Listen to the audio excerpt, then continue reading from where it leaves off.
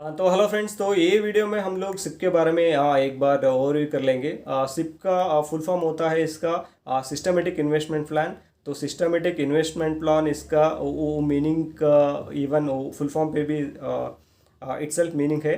तो इसका मतलब सिप का मतलब होता है एग्जैक्टली तो over a period of time regularly जो इन्वेस्टमेंट करते हैं तो वो प्रोसेस को हम लोग टिपिकली सिप करके बोलते हैं। तो रेगुलर पीरियड का मतलब होता है आइदर हम लोग लाइक 15 डेज पे एक बार और एक महीने पे एक बार या 6 महीने महीने के एक बार और एल्स नो इवन एक साल के एक बार। तो बट जो भी हम लोग इन्वेस्टमेंट करते हैं वो टिपिकली रेगुलर रहना चाहिए, मतलब रिपीटेडली या पीरियडिकली रहना चाहिए। तो ये प्रोसेस को हम लोग टिपिकली सिप करके बोलते हैं। तो सिप में फ्रेंड्स टिपिकली क्या होता है, जो अमाउंट इन्वॉल्व होता है या जो कैश फ्लो होता है वो तो स्मॉल अमाउंट का रहता है।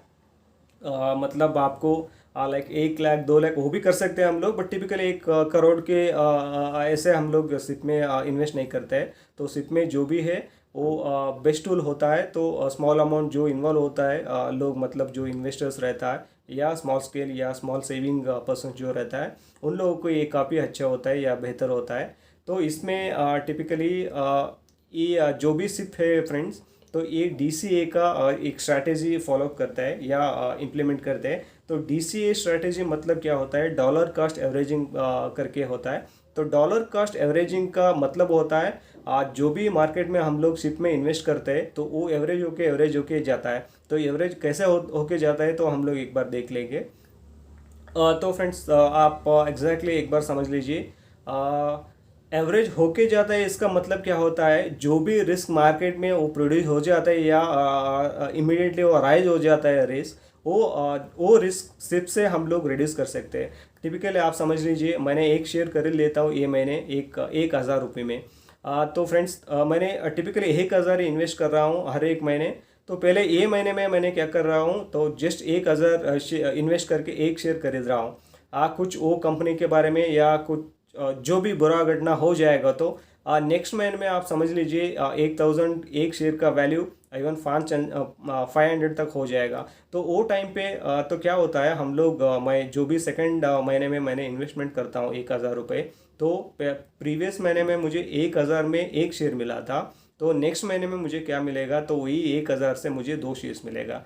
तो इसमें क्या होता है फ्रेंड्स, तो आफ्टर सेकेंड मंथ जो भी रहता है तो उसके बाद मुझे 3 शेयर्स हो जाता है। तो मतलब 1,000 में मुझे एक शेयर मिलता था वो जगह पे मुझे 2 शेयर मिल रहा है। तो 3,000 या 2,000 मैंने इन्वेस्ट करने के बाद मुझे 3 शेयर मिलता है।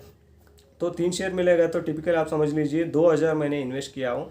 तो 2,000 आप 3 गुना डिवाइड करोगे तो टिपिकली आपको 650 तक या 660 तक जो भी है वो हो जाता है। तो उसका मतलब ये होता है, तो इवन आपका शेयर का भाव जो है वो इवन 500 गिरने के बाद भी अराउंड 650 रुपीज़ मेरा प्राइस रहेगा सेकेंड महीने के बाद। तो इसका ये क्या इंडिकेट करता है हमें, तो मार्केट में टिपिकली जो रिस्क वो टिपिकल अराइज हो जाता है अननोन रीज़न के वजह से, तो हम लोग क्या वो उसका एवरेज कर सकते हैं। तो यही जो है इसका सिप का एक बहुत बढ़िया टूल रहता है फ्रेंड्स। तो इसके साथ साथ क्या होता है फ्रेंड्स, तो इसमें हम लोग क्या करना पड़ता है, तो ये रेगुलर इन्वेस्टमेंट रहेगा। तो हमें लाइक टिपिकली एक स्मॉल इन्वेस्टर ये रहेगा करके आप सोच लीजिए। तो वो 1,000 या 2,000 हर महीने सेविंग करता जाएगा। तो स्मॉल इन्वेस्टर को ये बहुत बड़ा टूल रहेगा। एंड जो भी हम लोग सिप में करते हैं ये टिपिकली शॉर्ट टर्म गेम नहीं रहेगा। जो भी रहेगा तो वो लॉन्ग टर्म रहेगा। लाइक आपको 10 साल रहेगा या 15 साल रहेगा या इवन 20 साल भी रहेगा। बट टिपिकली ये लॉन्ग टर्म कमिटमेंट रहता है। तो इसलिए लॉन्ग टर्म कमिटमेंट की वजह से आपको एक पॉजिटिवनेस क्या होता है, तो हमें एक इन्वेस्टमेंट या सेविंग का डिसिप्लिन इसमें बढ़ते जाता है फ्रेंड्स।